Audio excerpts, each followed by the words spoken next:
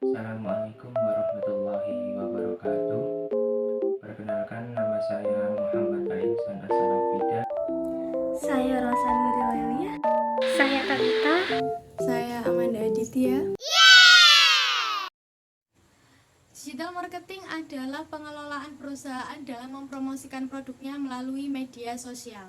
Seperti yang kita tahu, pengaruh media sosial begitu besar dan begitu banyak di beberapa tahun terakhir hingga saat ini atau hingga 10 tahun mendatang. Ini adalah 7 platform, top 7 platform yang digunakan kira-kira 10 tahun atau 5 tahun ke belakang sebelumnya, yang digunakan secara global untuk melakukan pemasaran oleh berbagai perusahaan. Ini hanya diambil 7 platform aja, yang mungkin teman-teman bisa ngira bahwa media sosial yang paling banyak digunakan adalah Instagram dan TikTok gitu ya. Tapi ternyata yang paling banyak digunakan malah justru adalah Facebook, teman-teman. Nah, 7 platform ini memiliki cara kerja yang berbeda-beda dan karakteristik konsumen yang berbeda-beda. Jangankan untuk penjualan, untuk audiens dari media sosial itu sendiri pun, kalau teman-teman bermain sosial media ini, itu memiliki karakteristik atau karakter dari setiap pemain itu berbeda-beda. Misalnya di TikTok kita lebih fun, tapi ketika kita masuk di Twitter dan di Instagram dengan video atau foto yang sama, respon yang diberikan itu akan berbeda. Dalam mengembangkan strategi digital yang baik, perusahaan memerlukan pemahaman lingkungan pembelian yang lebih kompleks lagi dan kompetitif dibandingkan dengan sebelumnya. Yaitu fitur utama dari strategi pemasaran digital, interaksi dan integrasi antara saluran internet dan saluran tradisional dengan berdasarkan strategi pemasaran saluran dan perlu diintegrasikan melalui saluran lain sebagai bagian dari pemasaran multi saluran. Selanjutnya yaitu penerapan pemasaran digital, di mana media digital itu sendiri menawarkan berbagai peluang untuk memasarkan produk dan layanan di seluruh siklus pembelian yang perlu ditinjau oleh perusahaan sebagai bagian dari strategi digital itu sendiri. Contoh-contoh dari strategi digital yaitu seperti periklanan bergambar, media respon langsung, platform sebagai transaksi penjualan, media bagi prospek, saluran distribusi, mekanisme layanan pelanggan, dan media yang membangun hubungan. Manfaat digital marketing. Dari definisi manfaat digital marketing ialah menunjang pemasaran, yang mana disarankan dengan menerapkan pemasaran dari Carter Institute of Marketing.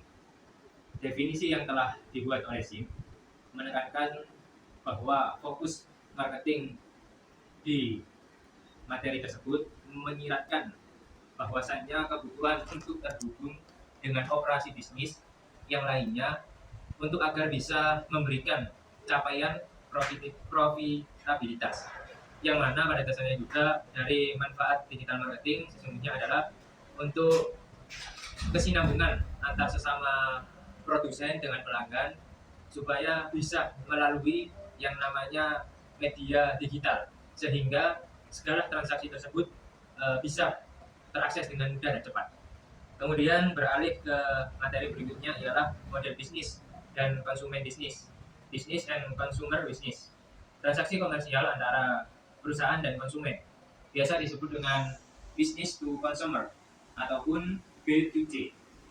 Transaksi komersial antara suatu perusahaan dengan organisasi, yang mana biasanya dikaitkan dengan hubungan untuk bisa melayani manajerial di dalam perusahaan serta pengelolaan dalam organisasi pemasaran, sehingga terjadilah bisnis to bisnis.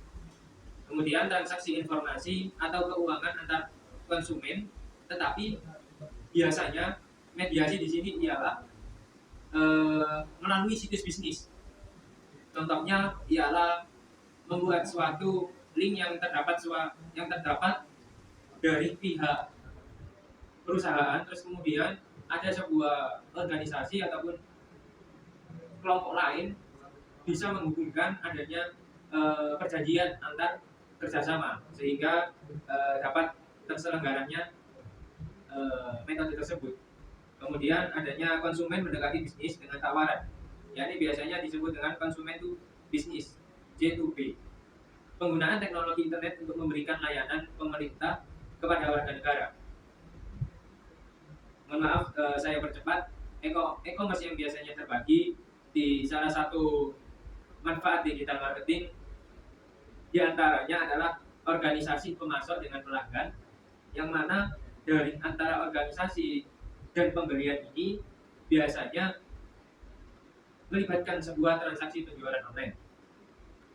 Teman-teman, mungkin terakhir kalinya bahwasanya terdapat masih banyak sebenarnya business to consumer, business to business, business to government, yang mana dalam poin-poin ini ada beberapa yang lebih cocoknya ada di contoh membangun hubungan dengan konsumen, lalu kemudian media owner ataupun bisnis production, lalu kemudian umpan balik kepada badan usaha pemerintah serta organisasi yang terlibat dalam pemerintahan. Satu model bisnis yang dilakukan oleh konsumen kepada pebisnis. Salah satunya kita contohkan dari platform Shutterstock. Shutterstock sendiri menawarkan beberapa fitur dan layanan untuk bisa menjual kembali kepada bisnis yang lainnya. E-commerce dan e-bisnis. Secara sederhananya, e-commerce merupakan bagian dari e-bisnis. E-commerce sendiri berfokus kepada transaksi jual beli antara pedagang dan konsumen. Sementara e-bisnis mencakup beberapa hal yang lebih luas lagi. Kita contohkan saja platform situs dari Umsida. Di dalam platform aplikasi ini terdapat banyak sekali fitur yang memudahkan mahasiswa entah dalam pembayaran dan lain sebagainya. 5 jenis fungsi situs atau aplikasi seluler. Transactional e-commerce. Dalam hal ini, konsumen bisa membeli produk secara online. Kita atau perusahaan juga bisa memberikan layanan dalam hal secara offline juga. Kita contohkan saja salah satu produsen dari end product, yaitu perusahaan Martha Tilar Group, atau pengecer online, yaitu seperti Shopee, Lazada, Tokopedia. Service oriented relationship building website. Biasanya barang yang tidak tersedia tidak bisa dibeli secara online. Di situs ini biasanya menyediakan informasi yang terperinci untuk mendukung kehidupan mereka di tempat kerja ataupun di rumah. Kita contohkan saja salah satu perusahaan B2B di Indonesia tentunya, seperti Maximum Life Group dan Building Site. Daripada produk yang dijual belikan, situs ini mendukung merek dengan mengembangkan pengalaman merek secara online. Kita contohkan saja seperti Gojek Indonesia dan PT Telkom Indonesia. Portal or media site. Di situs ini menyediakan portal untuk menghasilkan pendapatan, termasuk periklanan, penjualan berbasis komisi. Kita contohkan saja. Yang pertama yaitu Yahoo, yang kedua yaitu Smart Insight, yang terakhir yaitu social network or communication site. Di situs ini berkemungkinan berinteraksi antara perusahaan dengan pelanggan yang berbeda-beda. Contoh aplikasi terkenal yang telah kita ketahui yaitu aplikasi LinkedIn dan Twitter, atau sekarang kita kenal dengan sebutan aplikasi X. Kerangka strategis untuk mengembangkan strategi pemasaran. Pertama yaitu mendefinisikan peluang online. Hal yang harus dilakukan yaitu menetapkan tujuan e-marketing objektif, mengevaluasi marketing performance, dan menilai online marketplace. Yang kedua yaitu memilih pendekatan strategis, yaitu menentukan e-marketing strategi. Di dalamnya perusahaan harus menentukan proporsi nilai pelanggan dan menentukan bauran e-communication. Yang ketiga yaitu menyampaikan hasil secara online, menggunakan metode dengan menetapkan e-marketing plan. Wajib menerapkan citra yang baik kepada para pelanggan dan menjalankan e-communication. Yang keempat yaitu profil diukur dan ditingkatkan, memantau dan meningkatkan aktivitas online serta memelihara aktivitas online. Kunci utama saluran digital marketing. Yang pertama yaitu search marketing, menempatkan pesan search marketing yang mendorong klik tayang ke situs web suatu perusahaan. Kemudian yang kedua adalah online PR, memaksimalkan penyebutan yang menguntungkan kepada perusahaan tersebut. Kemudian yang selanjutnya adalah online partnership, membuat dimana online partnership ini membuat dan mengolah pengaturan jangka panjang untuk promosi layanan online di situs web pihak ketiga. Kemudian selanjutnya adalah interactive AdSense, di mana menggunakan iklan online untuk memperkenalkan produknya. Kemudian selanjutnya opt-in email, penggunaan data internal untuk aktivasi dan presensi konsumen. Biasanya teman-teman setelah melakukan pendaftaran seperti Instagram atau pendaftaran seperti Spotify ini biasanya yang digunakan. Nah, biasanya teman-teman akan mendapatkan pesan-pesan email untuk menggunakan Spotify dengan premium. Nah, itu adalah salah satu contoh opt-in email. Kemudian selanjutnya yaitu sosial media marketing, di mana perusahaan melakukan iklan di jaringan media sosial dan komunitas untuk menjangkau dan melibatkan audiens yang lebih banyak dan lebih besar. Digital branding banyak dilakukan mulai dari UMKM, pemilik usaha menengah ke bawah, bahkan hingga pemilik usaha besar. Adapun branding, digital branding adalah proses membangun citra dan kehadiran brand di ruang digital yang dilakukan melalui website, sosial media, dan sejenisnya. Mungkin teman-teman yang sering ditemukan yaitu melalui sosial media seperti di TikTok, karena yang sedang booming saat ini adalah di TikTok.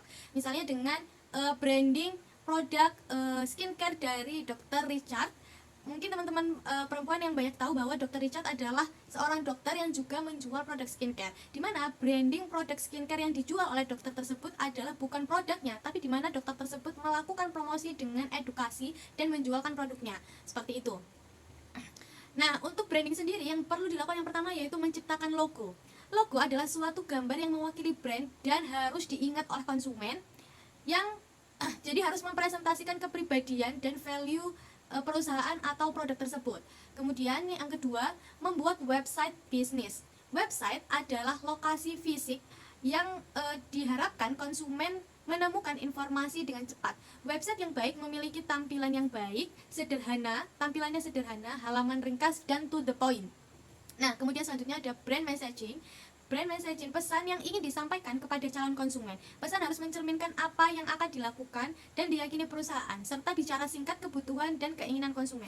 Brand messaging ini hampir sama dengan optimal in email tadi, cuman bedanya biasanya kalau brand messaging ini dilakukan oleh seseorang yang sudah pernah melakukan, atau misalnya nih kita kembali lagi ke contoh Spotify tadi, kita pernah melakukan pembelian Spotify premium. Nah, brand messaging ini ketika premium kita udah habis, masanya udah habis, kita akan mendapatkan pesan lagi dari brand tersebut, dari Spotify tersebut, untuk terus melakukan premium itu tadi, untuk terus membeli produk agar tetap mendapatkan Spotify yang premium.